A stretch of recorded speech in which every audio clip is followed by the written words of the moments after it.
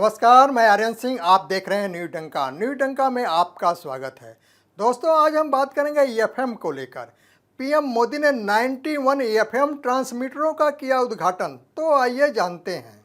FM यानी frequency modulation प्रसारण का एक प्रकार का रेडियो प्रसारण है जो फ्रीक्वेंसी मॉड्यूलेशन का उपयोग करता है।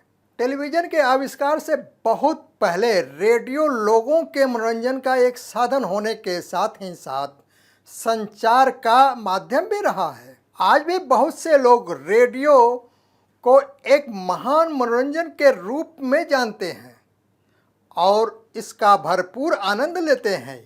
यही मोबाइल फ़ोन या फिर कार स्टूडियो आदि के माध्यम से इसका आनंद लिया जा सकता है।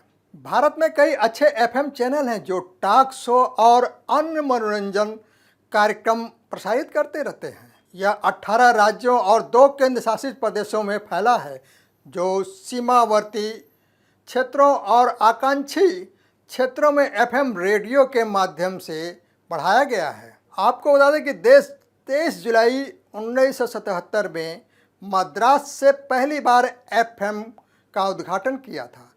जून 1923 में रेडियो क्लब ऑफ बॉम्बे ने देश में पहली बार प्रसारण किया। इसके बाद 5 महीने बाद कलकत्ता रेडियो क्लब की स्थापना की गई।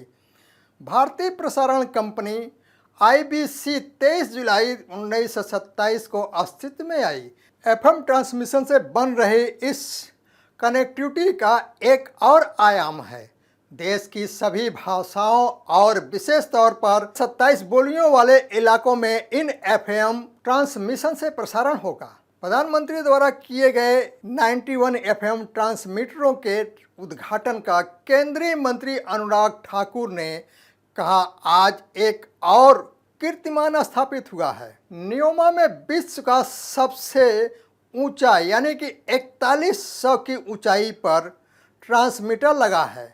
इसके माध्यम से सरल व सुचारू रूप से हमारे लोगों को एफएम की सुविधा भी मिलेगी, प्रोग्राम भी सुनाने को मिलेगा, खबर भी मिलेगी और अपने संस्कृति को आगे बढ़ाने का अवसर भी मिलेगा। प्रधानमंत्री ने 28 अप्रैल 2023 को वीडियो कॉन्फ्रेंसिंग के माध्यम से देश में रेडियो कनेक्टिव बढ़ाने के लिए 91 एफएम ट्रांसमीटरों का उद्घाटन किया। प्रधानमंत्री ने कहा कि आज ऑल इंडिया रेडियो की एफएम सेवा या विस्तार ऑल इंडिया एफएम बनने की दिशा में एक महत्वपूर्ण कदम है। ऑल इंडिया रेडियो के 91 एफएम ट्रांसमिशन की यह शुरुआत देश के 85 जिलों के 2 करोड़ लोगों के लिए उपहार की तरह है। मोदी ने कहा कि अभी कुछ दिन बाद ही मैं रेडियो पर मन की बात 100वां एपिसोड करने जा रहा हूं। मन की बात का ये अनुभव देशवासियों से इस तरह का भावनात्मक जुड़ाव केवल रेडियो से ही संभव था। मैं इसके जरिए देशवासियों के सामर्थ्य से और सामूहिक कर्तव्य शक्ति से जुड़ा रहा। प्रधानमंत्री ने कहा कि हमारी सरकार निरंतर तकनीकी के लोकतांत्रिकरण के लिए काम कर रही है।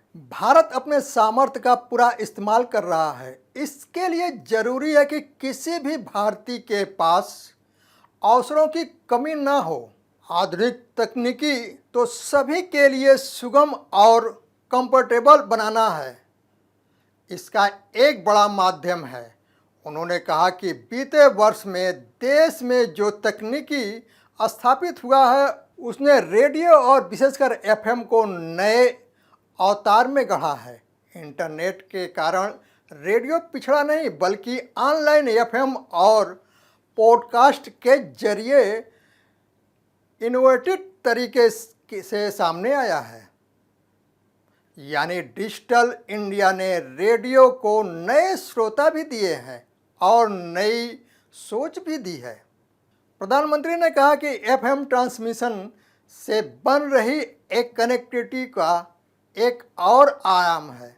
देश की सभी भाषाओं और विशेष तौर पर 27 बोलियों वाले इलाके में इन एफएम ट्रांसमिशन से प्रसारण होगा। इसका मतलब ये कनेक्टिविटी सिर्फ संवाद के साधन को ही आपस में नहीं जोड़ती बल्कि लोगों को भी जोड़ती है। आपको बता दें कि प्रधानमंत्री नरेंद्र मोदी ने मन की बात में यूपी के 60 लोगों मोदी के मन पर अपने कार्यों और प्रेरणा व्यक्तित्व से छाप छोड़ी है।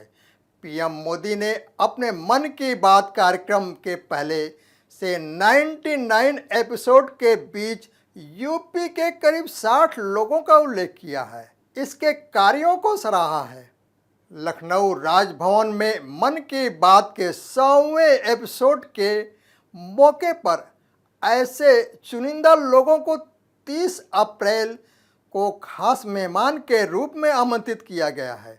30 अप्रैल को 100वें एपिसोड का प्रसारण होगा। प्रदेश में आकाशवाणी और दूरदर्शन इस विशेष प्रसारण को खास बनाने के लिए जुटे हैं। राजभवन में आयोजित होने वाले इस विशेष कार्यक्रम में उन लोगों को खास तौर से आमंत्रित किया जा रहा है जिनकी कामयाबी या उपलब्धियों का जिक्र पीएम मोदी मन की बात में पिछले संस्करणों में कर चुके हैं या उनसे बात कर चुके हैं। राजभवन में इस अवसर पर एक प्रदर्शनी भी लगाई जाएगी। तो दोस्तों, यह वीडियो कैसा लगा, लाइक शेयर कमेंट और हमारे YouTube चैनल को सब्सक्राइब करें। धन्यवाद।